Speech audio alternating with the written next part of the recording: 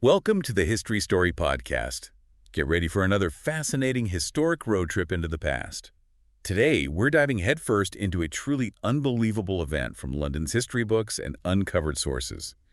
The day the city literally drowned in beer. Oh, yeah. You shared your curiosity about unexpected historical events, and trust me, this one is a doozy. It's remarkable, really. We'll unpack what led to this bizarre disaster, who was affected, and the surprising aftermath. Prepare for a story that blends industrial might, human vulnerability, and more than few, wait, did that really happen? moments. Let's jump in. Okay, so the year is 1814. Okay. We're in London, a global hub with a massive thirst for beer, especially for porter. Right. Mew & Co.'s Horseshoe Brewery on Tottenham Court Road was a giant in the brewing industry. And at the heart of it all were these enormous wooden fermentation vats.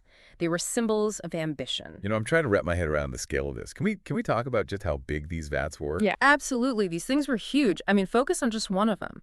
One particular vat, installed in 1810, it stood 22 feet tall. Wow. And it held, get this, 3,555 imperial barrels of porter. That's approximately 135,000 imperial gallons, or 610,000 liters. And we're not talking about fresh beer here. This stuff had been brewing for 10 months. Oh, wow, that's a lot of beer. And the weight, over 570 tons. Imagine the pressure. It's mind-boggling, right? It's unbelievable. Now picture this. Around 4:30 p.m. on October 17th, a storehouse clerk named George Crick notices something's off. One of the iron hoops on this giant vat, these hoops that hold the whole thing together, weighing about 700 pounds each, had slipped. Yeah. He reports it to his supervisor. Okay, good. But the supervisor kind of brushes it off, tells him, yeah, just note it for later repair. It happens, a couple of times a year. Oh, no.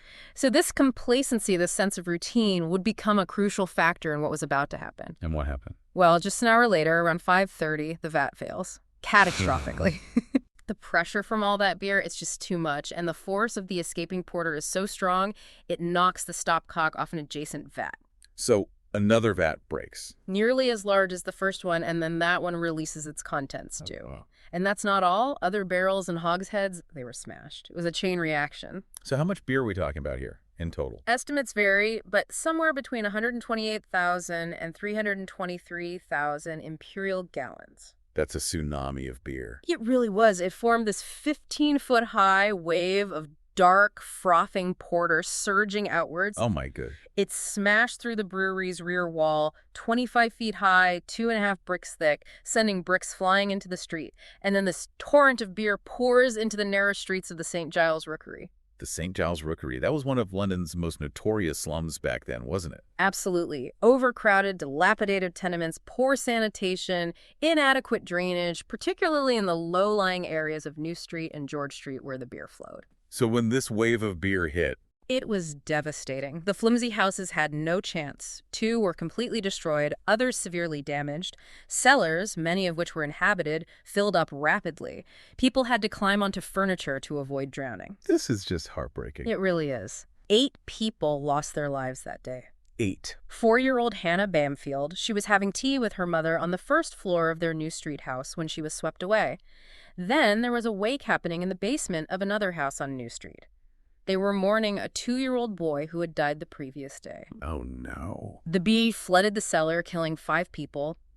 60-year-old Anne Seville, the mother of the child, Mary Mulvey, 30, her 3-year-old son, Thomas Murray, 27-year-old Elizabeth Smith, and 65-year-old Catherine Butler.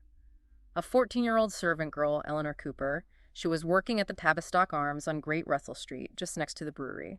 She was crushed by the falling brewery wall while washing pots in the yard. And then a 3-year-old girl, Sarah Bates, found dead in the ruins of another house on New Street. It's hard to imagine the chaos and the terror. Absolutely. Inside the brewery, all the workers survived the initial flood, though some had to be rescued from rubble and waist-high beer. The superintendent and at least 1 laborer were injured, along with 3 others from the surrounding area. So it's really the location of the St. Giles rookery and its vulnerable population that magnified the scale of the disaster. Absolutely. The conditions there were already dire, and then this flood of beer just exacerbated everything. I mean, imagine the scene, rescue efforts underway, people shouting, trying to find survivors. The newspapers at the time, they painted a vivid picture of the aftermath. What did they say? The Morning Post described it as having a most awful and terrific appearance, equal to that which fire or earthquake might produce. Wow. And the Times highlighted how the falling walls and timber just made everything worse, adding to the chaos and destruction. You know, it's interesting to think about the brewing industry back then. These massive vats were a symbol of status, a sign of success. Right, the bigger the vat, the more successful you were. But it also concentrated an incredible amount of risk, especially in a densely populated area like this. So what happened next? Was there any kind of investigation? Oh, yeah. A coroner's inquest was held a few days after the flood at the St. Giles workhouse. George Crick, the clerk who had initially reported the slipped hoop, he testified. And what did he say? Well, he reiterated that he'd seen the hoop slip and that it wasn't an unusual occurrence. He also said that he didn't think the pressure from fermentation was to blame, suggesting that it was the failure of the iron hoops. Interesting. And he mentioned finding the body of Anne Seville in something else, What? part of a private still. A still. So there was some illicit distilling going on in the rookery as well. It seems so. Then, Richard Hawes, the publican of the Tavistock Arms, the pub that was damaged by the flood, he also testified. What did he have to say? He described the damage to his pub and finding the body of young Eleanor Cooper near the water butt in the yard. Oh, that's awful. The jury, they didn't take long to reach a verdict. Death by casualty, accident, and misfortune. Essentially an act of God. An act of God. Yeah. So no one was held responsible. That's right. But, even back then, not everyone agreed with the verdict. There was a letter published in the Morning Post, someone calling themselves a friend of humanity. They questioned how this could be an act of God if slipping hoops were a regular occurrence.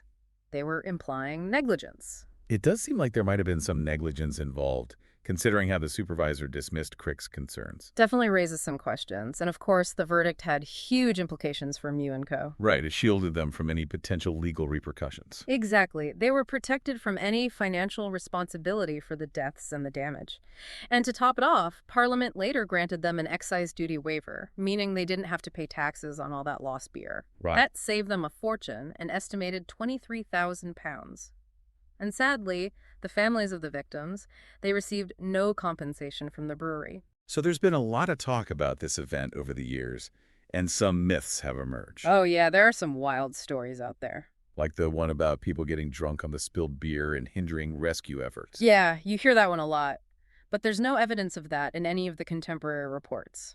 Martin Cornell, the beer historian, he suggests that it's probably a later fabrication, maybe fueled by anti-Irish sentiment. Makes sense.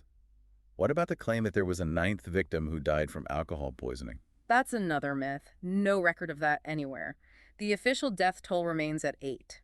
And then there's the story about relatives charging people to view the bodies and a floor collapsing because of the weight of the people and the beer. I've heard that one too. Yeah, complete fabrication, no evidence to support it whatsoever.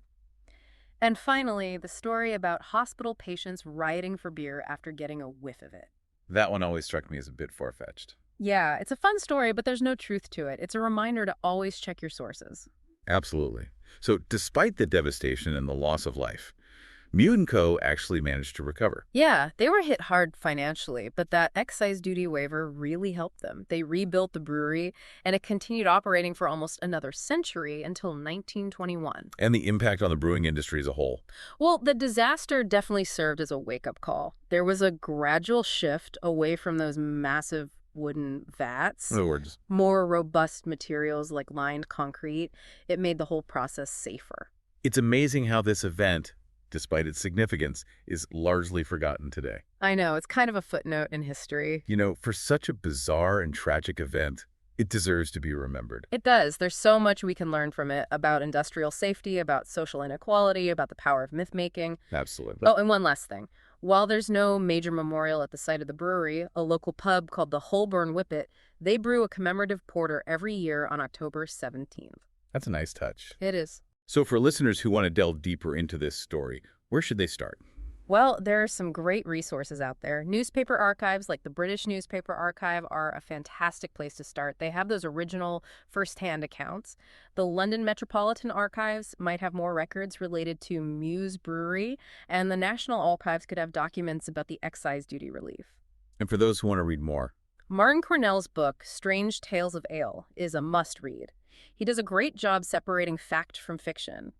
His blog, Zephophile, is also packed with information. And to really understand the social context, there are books on London history and Victorian slums, like Thomas Beams's The Rookeries of London. Academic research on 18th and 19th century London is also valuable. There are also some great websites that cover the London beer flood. Oh yeah, tons of them. Historic UK, The History Press, Londonist, History.com, Atlas Obscura, the British Library's Untold Lives blog, and Smithsonian Magazine. Just be cautious with documentaries or video essays, as they can sometimes perpetuate those myths. Good point. And for a more informal take, there are always online forums and discussions. And of course, there's that commemorative porter at the Holborn Whippet. Cheers to that. So the story of the London beer flood, it's a stark reminder that even the most ordinary things can become instruments of chaos and tragedy. And it highlights the importance of context, of understanding the social and industrial forces at play. Absolutely. We often think of history as this grand narrative, but sometimes it's the bizarre, the unexpected events that really capture our imagination. And they remind us that the past is full of surprises. It certainly is. So we hope you enjoyed this historic road trip through a truly unique disaster. We're always on the lookout for new and fascinating stories to share. So if you have any suggestions, please let us know. Your curiosity might just fuel our next historic road trip. Until then, thanks for joining us on the History Story Podcast.